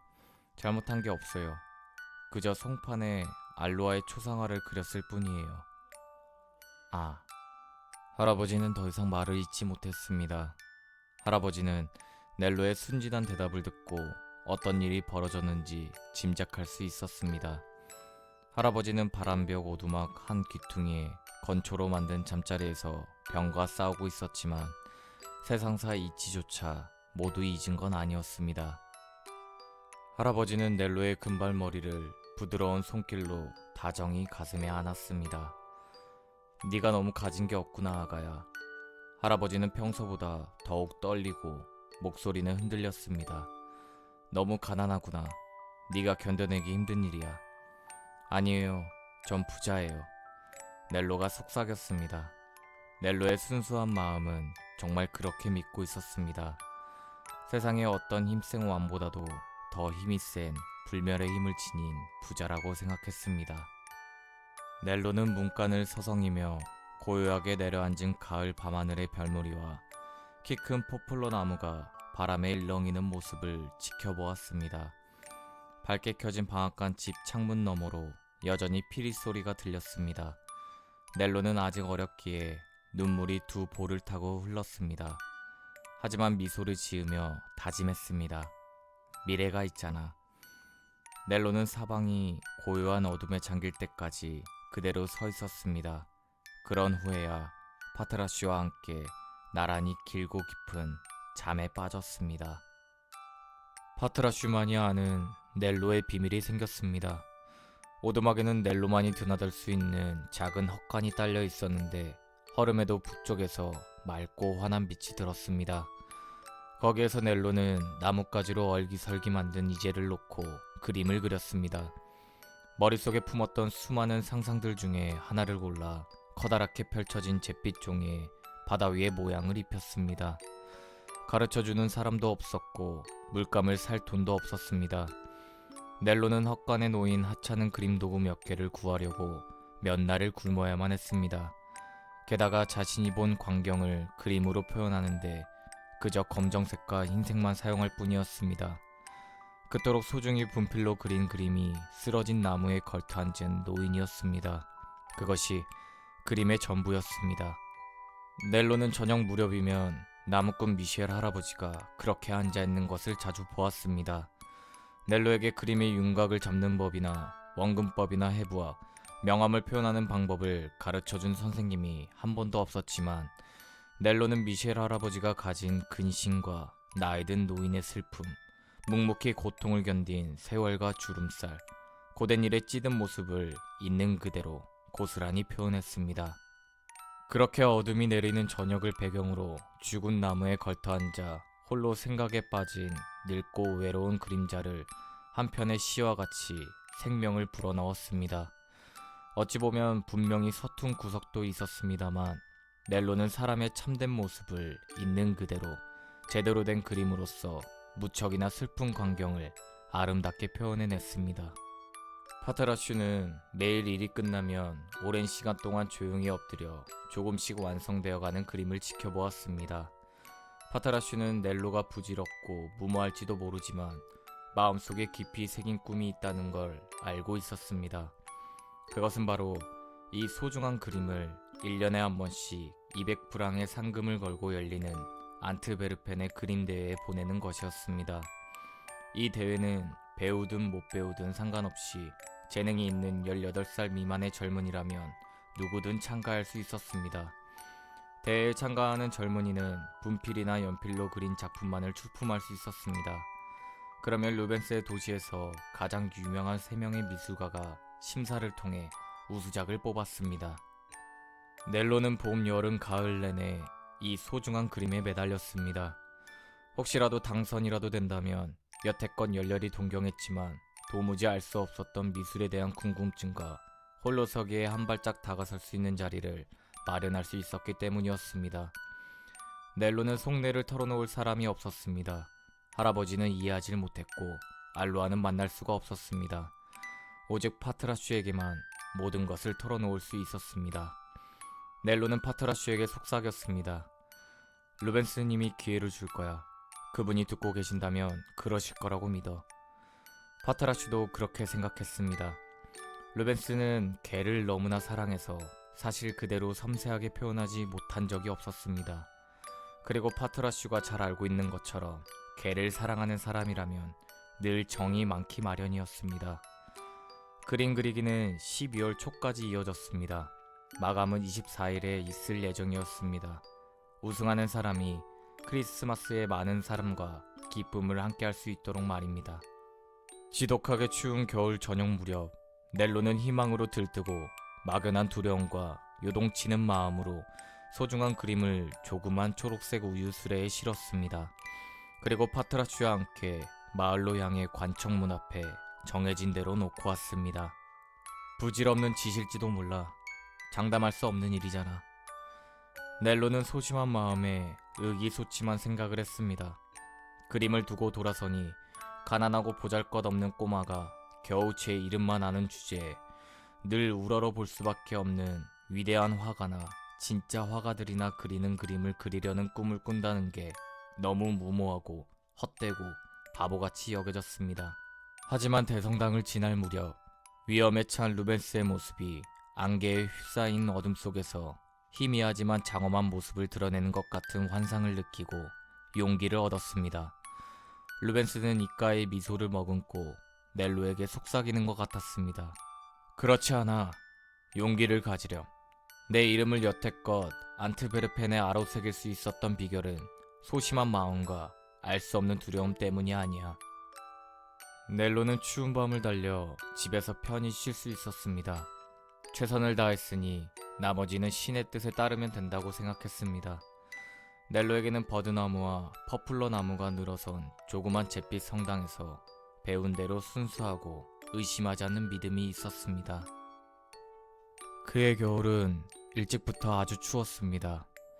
넬로와 파트라슈가 오두막으로 돌아오던 밤부터 눈이 내리기 시작해 여러 날 이어지는 바람에 동네 들판의 오솔길과 발의 자취가 모두 사라졌습니다. 작은 개울들은 모두 얼어붙고 벌판에는 냉기가 가득했습니다. 어둑한 세상을 뚫고 우유를 모아서 인적이 끊어진 캄캄한 마을로 배달하는 일이 더욱 힘들어졌습니다. 파트라슈에게는 더욱 고된 일이 되었습니다. 세월이 지나는 동안 넬로는 힘센 소년으로 자랐지만 파트라슈는 늙어가고 있었습니다. 파트라슈는 무릎이 뻣뻣해지고 뼈마디가 쑤셨습니다. 그렇지만 파트라슈는 자기가 맡은 일을 결코 포기하지 않았습니다. 넬로가 파트라슈를 대신해 흔쾌히 혼자 수레를 끌려 했지만 파트라슈는 그렇게 놔두지 않았습니다. 그저 빙판 위에 난 바퀴 자국에 손수레가 빠졌을 때 수레 뒤에서 미는 정도의 도움만 받아들였습니다.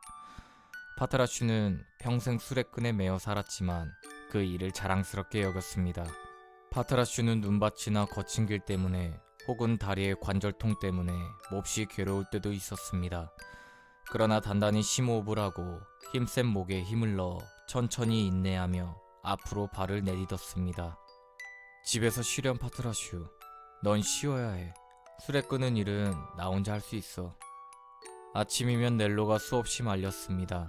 파트라슈는 그 말을 다 알아들었지만 집에 머물려 하지 않았을 뿐만 아니라 짐 싣는 소리가 울릴 때면 백전노장처럼 피하는 법이 없었습니다. 수없는 나날 그랬듯이 매일 아침 일어나면 수레 손잡이 앞에 자리를 잡고 있다가 굽은 네 다리로 눈 덮인 벌판을 가로질러 걸으며 넬로와 함께 발자국을 남겼습니다. 어느 하나 죽기 전까지 절대 쉴 수 없어. 파트라슈는 이따금 생각했습니다. 그 휴식의 시간이 그리 멀지는 않았다고 말입니다. 파트라슈의 시력은 전보다 선명하지 않았고 잠에서 깰 때면 고통이 심해졌습니다. 하지만 파트라슈는 동틀 무렵 고된 하루의 시작을 알리는 5번의 성당 종소리 중 첫 번째 소리만 들려도 잠자리에서 머뭇거리지 않고 일어났습니다. 불쌍한 파트라슈, 조만간 우린 고요히 잠들게 될 거야. 너와 나와 함께. 이렇게 말하며 예안다스 할아버지는 늘 가난한 빵 조각을 함께 나누던 늙고 야인 손을 뻗어 파트라슈의 머리를 토닥였습니다. 그리고 할아버지와 늙은 파트라슈는 한 가지 걱정에 마음이 아팠습니다. 우리가 떠나면 누가 사랑하는 넬로를 돌봐줄까?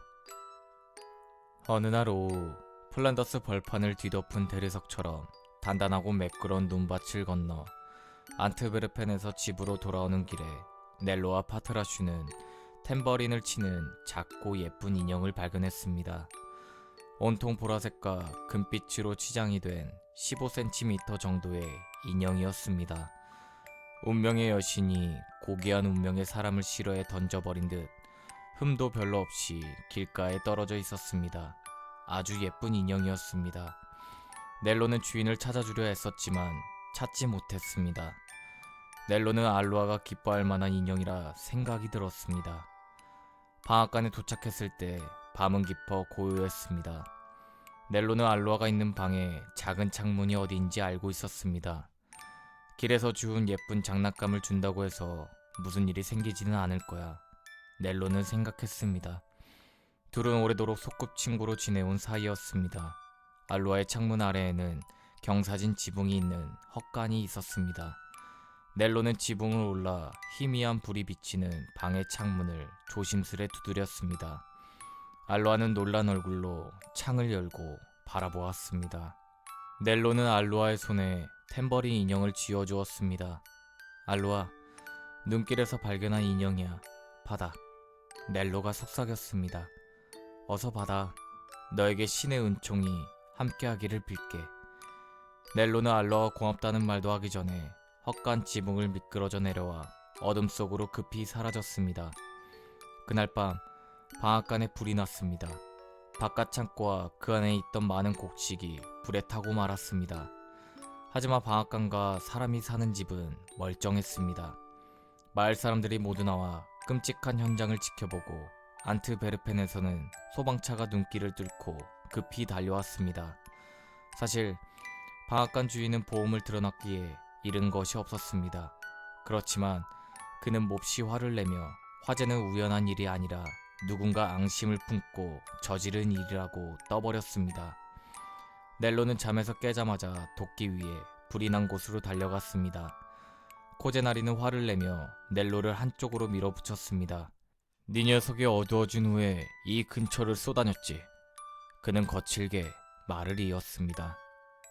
내 영혼을 걸고 말하는데 네 녀석이 왜 불이 났는지 누구보다도 잘 알고 있을 거라고 본다. 넬로는 어리둥절해서 잠자코 듣기만 했습니다. 농담이 아니고서야 그렇게 말할 사람도 없고 불난리가 났는데 농담이나 하고 있을 사람도 없었기 때문입니다. 그렇지만 방앗간 주인은 종일 많은 동네 사람들 앞에서 대놓고 억지를 부렸습니다. 비록 아무도 넬로에게 무거운 책임을 떠넘기지는 않았지만 밤중에 방앗간 근처에서 몰래 무슨 일을 저질렀다거나 코제나리가 알루아와 교제를 마은 것에 마음이 상해서 그랬다는 소문이 떠돌았습니다. 그렇게 작은 마을에서는 비굴하게 땅 부자의 눈치를 보고 언젠간 며느리가 될지도 모르는 알루아의 재산을 보호할 속셈으로 방앗간 주인의 말을 따라 예안다스 할아버지의 손자를 싸늘한 시선과 냉정한 말로 대했습니다. 아무도 대놓고 넬로에게 말하지는 않았습니다만 온 마을 사람들이 방앗간 주인의 변덕스러운 주장에 장단을 맞췄습니다. 그리고 넬로와 파트라슈가 매일 아침 안트베르펜으로 우유 배달을 하기 위해 들르면 늘 큰 웃음과 활기찬 인사를 건네던 집과 농장 사람들이 무시와 냉대로 태도를 바꿨습니다. 아무도 방앗간 주인의 터무니없는 의심을 믿으려 하지 않았고 말도 안 되는 억지 주장을 펼칠 생각도 없었지만 너무 가난하고 무지했기에 마을에서 제일 돈이 많은 사람에게 감히 대항할 생각을 못했습니다. 순수한 마음을 가진 외톨이 넬로는 많은 사람들의 뜻을 거스를 힘이 없었습니다. 당신 어린아이한테 너무하셨어요. 아주머니가 울면서 남편에게 말했습니다. 넬로는 성실하고 착한 아이예요. 아무리 언짢아도 장깨를 부릴 생각조차 못하는 아이잖아요. 하지만 코제나리는 마음속으로 자기가 한 짓이 잘못된 것임을 알아도 한번 뱉은 말을 굽힐 생각이 없는 고집센 사람이었습니다. 그 와중에도 넬로는 사람들의 멸시와 푸대접을 불평 없이 당당히 이겨내고 있었습니다. 파트라슈와 단둘이 있을 때만 서운한 마음을 조금 드러냈습니다. 넬로는 생각했습니다. 상을 받으면 사람들이 미안하다고 하겠지? 넬로는 16살이 채 되지 않는 소년이었습니다. 살아온 날은 많지 않아도 작은 동네에서 줄곧 귀여움과 사랑을 받고 살았는데 온 동네 사람들이 이유 없이 등을 돌리고 말았으니 넬로에게는 너무 큰 시련이었습니다. 마을 사람들의 난로불과 이웃의 정다운 안부에서 한 줄기 빛과 따스함을 느껴야 할 한겨울에 눈보라와 배고픔에 시달려야 했기에 더욱 힘겨웠습니다. 추운 겨울날 모든 이들이 서로를 보듬었지만 넬로와 파트라슈에겐 그렇지 않았습니다. 아무도 함께하려 하지 않았습니다. 넬로와 파트라슈는 침대에 누워 움직이지 못하는 할아버지와 함께 보잘것없는 오두막에 덩그러니 남겨져 살아야만 했습니다. 땔감은 턱없이 부족했고 식탁에는 음식이 없을 때가 많았습니다. 안트베르펜에서 온 상인이 노새 수레를 끌고 우유를 생산하는 농가를 돌며 그날의 우유를 모두 가져갔기 때문이었습니다. 겨우 서너 집만이 상인의 제안을 거절하고 작은 초록 수레에 일을 맡겼습니다.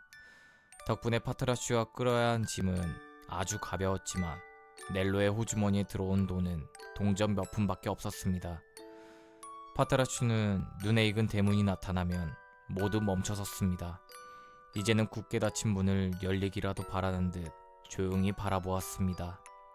문과 함께 마음마저 닫아버려 빈 수레로 파트라슈를 돌려보내는 이웃의 마음도 편치는 않았습니다. 어쨌거나 사람들은 코제나리의 기분에 맞추려고 그렇게 했습니다. 크리스마스가 가까워졌습니다. 날씨는 몹시 사납고 추웠습니다. 눈이 2미터 정도나 내렸고 황소와 남자가 아무데나 밟아도 깨지지 않을 정도로 얼음이 꽁꽁 얼었습니다. 이맘때면 마을은 늘 즐겁고 활기찼습니다. 아무리 가난한 집도 따뜻한 음료와 케이크, 농단과 춤, 성자 모양의 사탕과 금방 예수상이 함께했습니다. 동네 말들이 플랜더스의 즐거운 종소리를 울리고 온 마을 주방의 화덕 위에는 푸짐한 스프 냄비가 김을 내뿜으며 노래를 했습니다. 두꺼운 외투를 입고 머리수건을 두르고 종종 걸음으로 미사를 다니는 즐거운 아가씨들의 머리 위를 빼곤 온 세상이 눈으로 덮였습니다. 오직 넬론의 오두막만 몹시 어둡고 추웠습니다. 크리스마스를 한 주일 앞둔 어느 날 밤, 넬로와 파트라슈는 정말로 외톨이가 되었습니다. 죽음이 오두막에 스며들어 평생 가난과 고통밖에 남는 것이 없는 예안다스 할아버지의 숨결을 영원히 걷어가고 만 것입니다. 할아버지는 오래도록 죽은 것과 다름없는 삶을 살았습니다. 겨우 거동하며 따뜻한 말 한마디 건네는 것이 전부였습니다. 할아버지의 죽음은 넬로와 파트라슈에게 커다란 충격이었습니다. 넬로와 파트라슈는 목 놓아 울었습니다.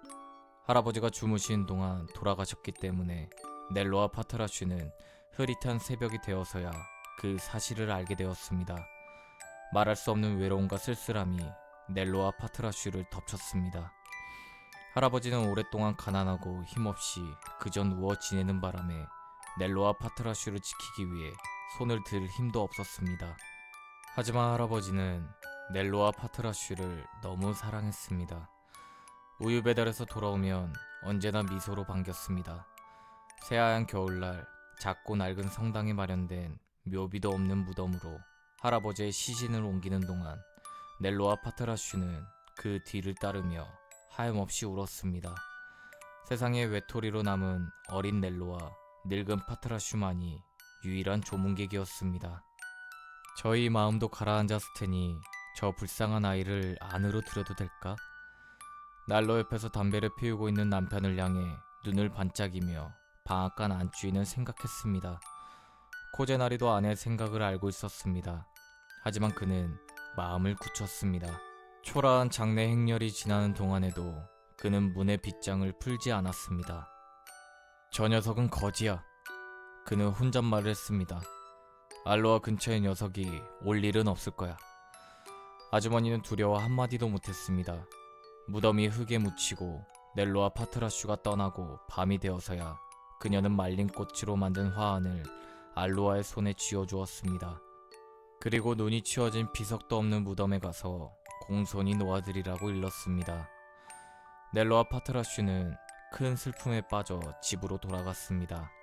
초라하고 생기 없이 우울한 오두막도 이들을 위로해주지 않았습니다. 조그만 오두막의 월세가 한 달치나 빌려 있었습니다. 그나마 동전 몇 푼도 장례를 치르느라 써버려 한 푼도 없었습니다. 넬로는 오두막의 주인을 찾아가 호의를 베풀어 달라고 부탁했습니다. 구두장수인 그는 코제나리와 매주 일요일 밤이면 포도주와 담배를 나누는 사이였습니다. 구두장수는 아량을 베풀 생각이 없었습니다. 그는 사납고 욕심도 많은 데다 구두쇠였습니다. 그는 월세 대신 오두막에 있는 막대기와 돌멩이, 주전자와 접시까지 모두 요구했습니다. 그리고 날이 밝으면 넬로네와 파트라슈는 오두막을 떠나라고 윽박질렀습니다. 오두막은 허름하기 그지없었습니다. 한편으론 불쌍하기 이를 데 없는 지경이었습니다. 그렇지만 넬로네 가족에게는 미련이 많이 남는 오두막이었습니다. 그 집에서 함께하는 동안 넬로네는 행복했습니다. 여름이면 햇볕 가득한 벌판 가운데 벽을 타고 오르는 넝쿨과 풍성한 열매가 있는 오두막이 아름답게 빛났습니다. 오두막 생활은 일과 가난의 연속이었지만 제법 만족스러웠습니다. 할아버지에게 달려갈 때면 늘 환한 웃음으로 반겨주던 즐거운 마음이 가득한 곳이었습니다. 밤새도록 넬로와 파트라슈는 어둠 속에서 불씨조차 없는 난로 곁에 앉아 서로를 감싸 안고 슬픔과 따뜻함을 나누었습니다. 몸은 추위로 감각이 없는 정도였지만 둘의 마음은 이미 차갑게 얼어붙은 것만 같았습니다. 하얗고 찬 대지 위로 크리스마스 이브 아침이 밝았습니다. 넬로는 덜덜 떨면서 세상에 하나밖에 없는 친구를 꼭 안았습니다. 파트라슈의 이마에 뜨거운 넬로의 눈물이 쏟아져 내렸습니다. 가자 파트라슈, 사랑하는 파트라슈. 넬로가 속삭였습니다. 쫓겨날 때까지 기다릴 순 없어.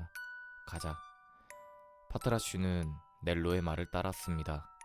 그렇게 둘은 슬픈 마음으로 멀쩡한 구석 하나 없지만 아끼고 보살피던 물건들이 가득했던 작은 집을 두고 나왔습니다. 파트라슈는 자기의 초록 수레를 지날 때 침울하게 머리를 떨어뜨렸습니다. 더 이상 파트라슈의 것이 아니었습니다. 월세를 갚기 위해 남겨두고 떠나야 하는 노쇠로 된 하니스가 눈 위에 아무렇게나 놓여 빛나고 있었습니다.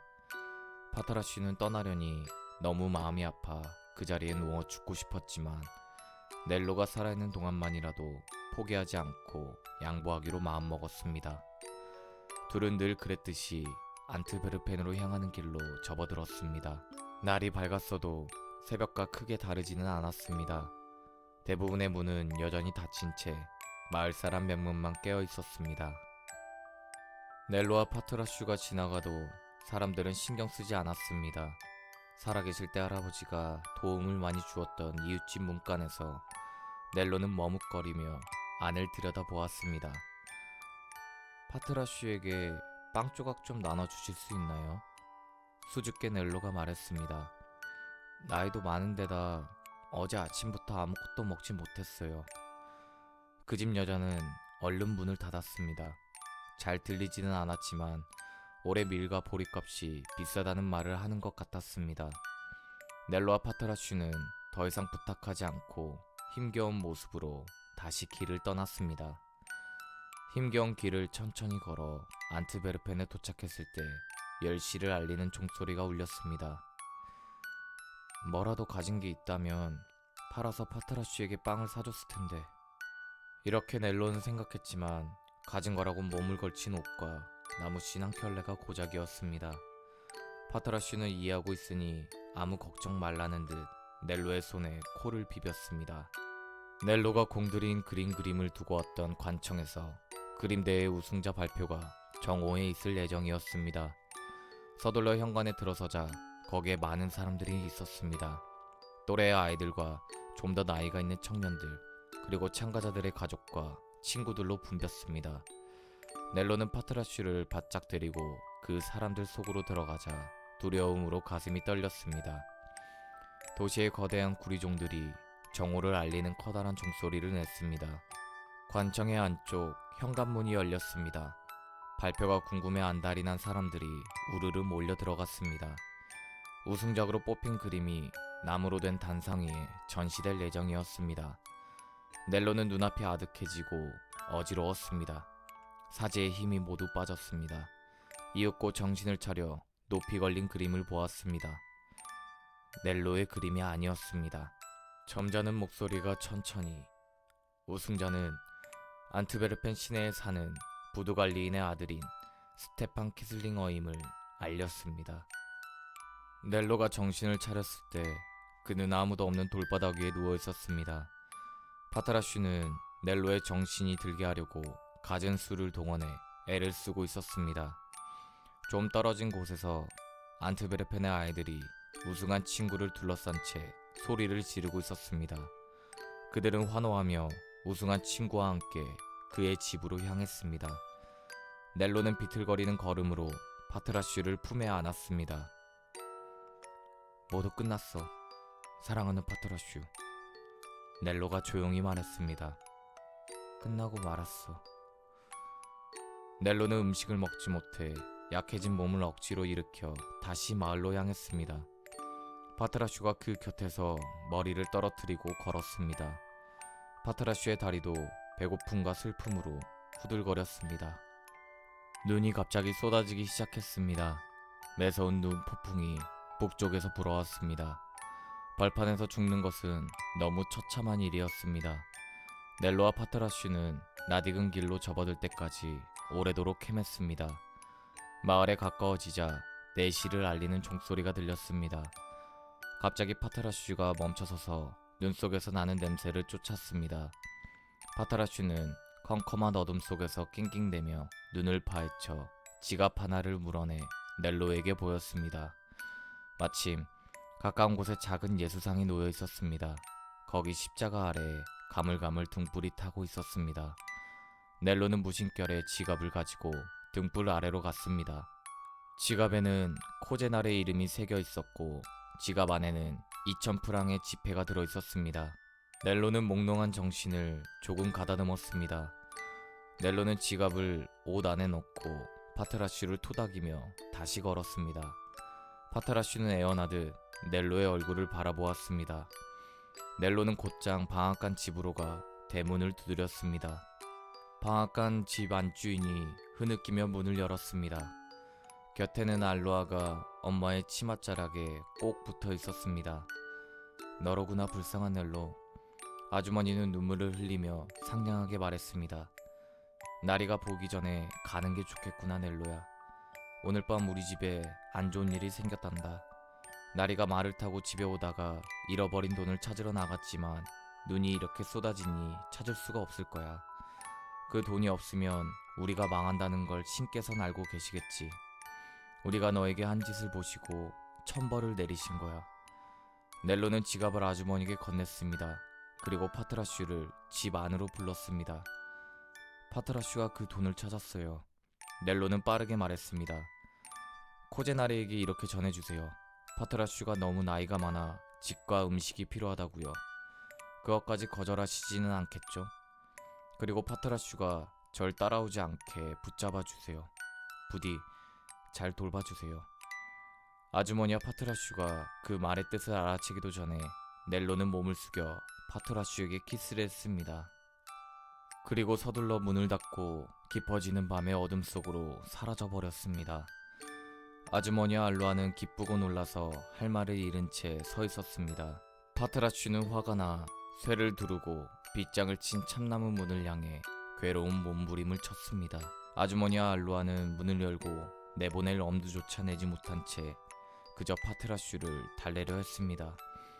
아주머니와 알로아는 파트라슈에게 가지고 있는 것 중에 가장 좋은 달콤한 케이크와 신선한 고기를 주고 따끈한 난로가에 데려가려 했었지만 소용이 없었습니다. 파트라슈는 편한 것도 싫고 잠긴 문 앞에서 움직이기도 싫었습니다. 코제나리는 6시가 되어서야 상심하여 피곤한 모습으로 아주머니 앞에 나타났습니다. 영영 잃어버리고 말았어. 나리는 창백한 얼굴을 하고 목소리를 떨며 심각하게 말했습니다. 불을 밝혀 사방 찾아보았지만 찾지 못했어. 소중한 알로아의 결혼 자금까지 모두 잃고 말았어. 아주머니는 나리의 손에 돈을 건네며 어떻게 다시 찾게 되었는지 모두 말했습니다. 고집스런 나리가 얼굴을 감싸준 채 무너져 내렸습니다. 부끄럽고 참담했습니다. 내가 얼마나 그 애에게 모질게 대했는데. 마침내 털어놓았습니다. 그 애에게 이런 호의를 받을 자격이 없어. 아빠에게 용기를 주기 위해 알로아가 조용히 다가가 금발의 곱슬머리를 기댔습니다. 아빠, 넬로가 다시 오겠죠? 알로아가 조용히 말했습니다. 늘 그런 것처럼 내일이면 다시 오겠죠? 나리는 알로아를 안아주었습니다. 나리의 무뚝뚝하고 볕에 그을린 얼굴이 하얘지고 입술이 떨렸습니다. 아무렴 그렇고 말고. 나리가 알로아에게 대답했습니다. 크리스마스 동안 넬로는 우리와 함께 할 거야. 그리고 넬로가 원한다면 언제나 같이 지내자꾸나. 신이시여, 제가 그 아이에게 보답할 수 있도록 도와주소서. 꼭 보답하겠나이다. 알로아는 기뻐서 아빠에게 감사의 키스를 했습니다. 그리고 아빠의 무릎에서 나와 문 앞을 지키고 서 있는 파트라슈에게 달려갔습니다. 그리고 오늘 밤 파트라슈를 돌봐줘도 돼요? 알로아가 해맑게 외쳤습니다. 나리는 엄숙히 머리를 숙였습니다. 그럼 극진히 대접하렴. 고집센 나리의 마음이 바뀌어 가슴 깊이 흔들렸습니다.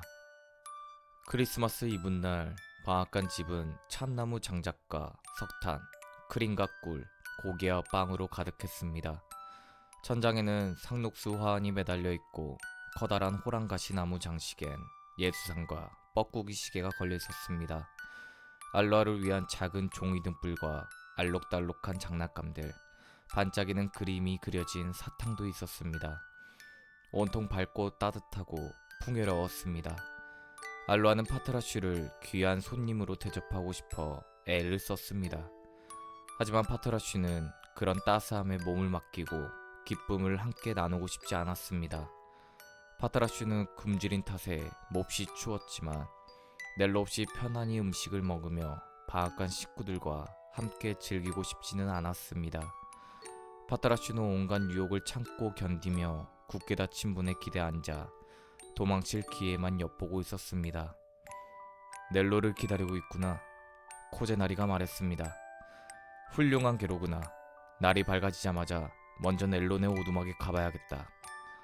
아무도 넬로가 오두막을 떠난 것을 몰랐습니다. 아무도 배고픔과 고통에 맞서며 넬로가 홀로 길을 떠난 걸 몰랐습니다. 오직 파트라슈만 알고 있었습니다. 방앗간 집 부엌은 정말 포근했습니다. 커다란 장작이 화덕에서 타닥타닥 불꽃을 피워 올리고 이웃 사람들은 포도주와 살찐 거위구이로 저녁 식사를 하러 들렀습니다. 알로아는 내일이면 소꿉친구를 다시 만난다는 기쁨에 노래를 부르고 깡충깡충 뛰며 금발머리를 찰랑했습니다. 코제나리는 마음이 벅차올랐습니다. 촉촉해진 눈으로 웃음을 띠며 알로아를 바라보다가 딸이 제일 좋아하는 친구를 어떻게 도울 수 있을지 이야기했습니다. 아주머니는 만족스러운 표정으로 조용히 앉아 물레를 돌렸고 이따금 뻐꾸기 시계가 즐겁게 울어댔습니다. 이야기 사이사이에 귀한 손님인 파트라슈를 향해 끝없는 환영의 찬사가 쏟아졌습니다. 하지만 파트라슈에게는 편히 쉬는 것도 풍요로운 음식조차도 넬로가 없으면 다 소용이 없었습니다. 저녁 식탁에는 김이 피어 올랐습니다. 사람들의 목소리는 즐겁고 요란했습니다. 아기 예수의 탄생을 기념하는 정성이 깃든 선물들이 알로아에게 전해졌습니다. 내내 기회를 엿보던 파트라슈는 새로운 손님이 느슨히 빗장을 풀어놓은 순간을 틈타 박차고 뛰어나왔습니다. 파트라슈는 아프고 지친 다리의 고통을 참으며 깜깜한 밤중에 쏟아지는 눈보라를 뚫고 전속력으로 내달렸습니다. 파트라슈는 넬로를 따라가려는 생각밖에 없었습니다. 사람 사이의 우정이었다면 기분 좋은 식사와 따뜻한 온기, 안락한 잠자리를 위해 그곳에 머물 수 있었겠지만 파트라슈의 우정은 그렇지 않았습니다. 지난 시절 길가의 시궁창에서 아파 죽기 직전까지 갔던 자기를 살려준 할아버지와 어린아이를 기억하고 있었습니다. 밤새도록 눈이 내렸습니다. 밤 10시 무렵 넬로의 발자취도 거의 사라져버렸습니다. 파트라슈는 냄새의 흔적을 찾기도 어려웠습니다. 겨우 흔적을 찾았다가 이내 놓쳤습니다. 찾았다가 다시 놓치기를 수백 번 반복했습니다. 그날 밤 날씨는 아주 사나웠습니다. 길가 십자가 아래에 놓인 등불은 꺼지고 길은 빙판이 되었습니다. 앞을 내다볼 수 없는 칠흑 같은 어둠이 사람 사는 흔적을 모두 덮었습니다. 바깥 세상에 살아있는 것이라고는 없었습니다. 가축들은 모두 축사에 들어가고 오두막과 농장의 사람들은 성탄절을 즐기고 있었습니다. 그런 지독한 추위 속에 파트라슈만이 바깥을 돌아다니고 있었습니다. 늙고 굶주려 고통이 가득했어도 마음에 품은 놀라운 사랑의 힘으로 견디며 찾아 헤맸습니다. 눈이 자꾸만 쌓여 넬로의 흔적은 흐려서 잘 찾을 수 없었지만 발자취는 늘 가던 안트베르펜으로 향하고 있었습니다. 파트라슈가 도시의 경계를 넘어 구불구불 어두침침한 거리의 골목길로 접어들었을 무렵 이미 12시가 넘어 있었습니다. 도시는 몇몇 집에 닫힌 문틈으로 비치는 희미한 불빛과 술 취해 노래를 부르며 집으로 향하는 사람들이 든 등불 외에는 온통 어둠으로 뒤덮여 있었습니다. 거리는 모두 얼어붙어 하얗게 빛났고 검게 솟은 높은 벽과 지붕이 대조를 이루고 있었습니다. 세차게 부는 바람이 간판을 쳐 삐걱대는 소리와 가로등에 높이 달린 등불을 흔드는 소리 말고는 아무 소리도 들리지 않았습니다. 파트라슈는 많은 사람이 눈을 밟고 지나다닌 발자국과 이리저리 뻗어있는 마른 길 때문에 넬로의 자취를 찾기가 매우 힘들었습니다. 하지만 파트라슈는 뼛속까지 스미는 추위를 뚫고 계속 찾았습니다. 날카로운 얼음이 발을 찌르고 배고픔이 쥐처럼 파트라슈의 몸을 갉았습니다. 처참하게 마른 몸으로 덜덜 떨렸지만 끝내 참으며 사랑하는 사람의 자취를 쫓아 도시의 가장 중심부에 있는 대성당의 계단을 올랐습니다. 넬로는 그토록 보고 싶어 하던 걸 찾아왔구나. 파트라슈는 이렇게 생각했지만 이해할 수는 없었습니다. 파트라슈는 넬로가 가진 그림에 대한 알 수는 없지만 신성한 열망이 슬프고 가여웠습니다. 대성당의 현관문은 지난밤의 미사 후에 잠기지 않고 열려 있었습니다.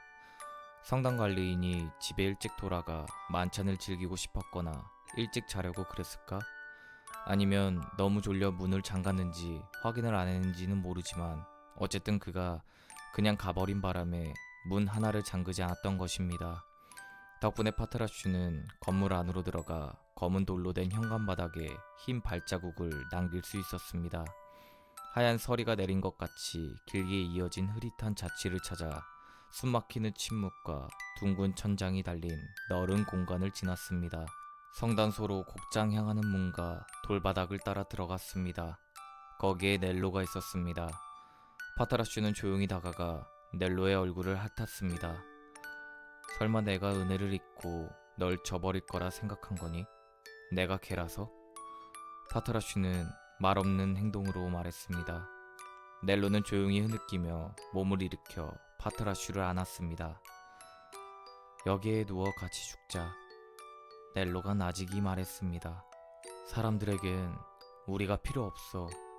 우린 버림받았어. 파트라슈는 넬로에게 안긴 채 넬로의 가슴에 머리를 얹어 대답을 대신했습니다. 파트라슈의 슬픈 갈색 눈에 눈물이 가득 고였습니다. 자신의 처지를 한탄하는 눈물이 아니었습니다. 파트라슈는 오히려 행복했습니다. 둘은 살을 내는 추위 속에 바짝 붙어 누웠습니다. 북쪽 바다에서 플란더스의 제방을 넘어 몰아치는 한겨울의 폭풍은 얼음 파도와 같아서 생명을 가진 어떤 것도 닿는 순간 얼어버렸습니다. 넬로와 파트라슈가 누워있는 거대한 둥근 돌 천장 아래는 눈 덮인 바깥의 들판보다 훨씬 더 추웠습니다. 가끔 어둠 속에서 박쥐들이 파닥이고 어쩌다 비치는 불빛에 줄지어선 조각상들이 얼핏 보였습니다. 루벤스의 그림 아래에서 둘은 그대로 누운 채 꼼짝도 하지 않았습니다. 지독한 추위에 온몸이 마비되어 꿈을 꾸는 듯 편안한 느낌이었습니다. 나란히 누워 즐거웠던 옛일을 떠올렸습니다. 꽃이 만발한 여름날의 풀밭에서 서로 쫓아다니던 시절과 운하 곁에 난 키 큰 부들 속에 숨어 따사로운 햇볕을 받으며 바다로 향하는 배들을 추억했습니다.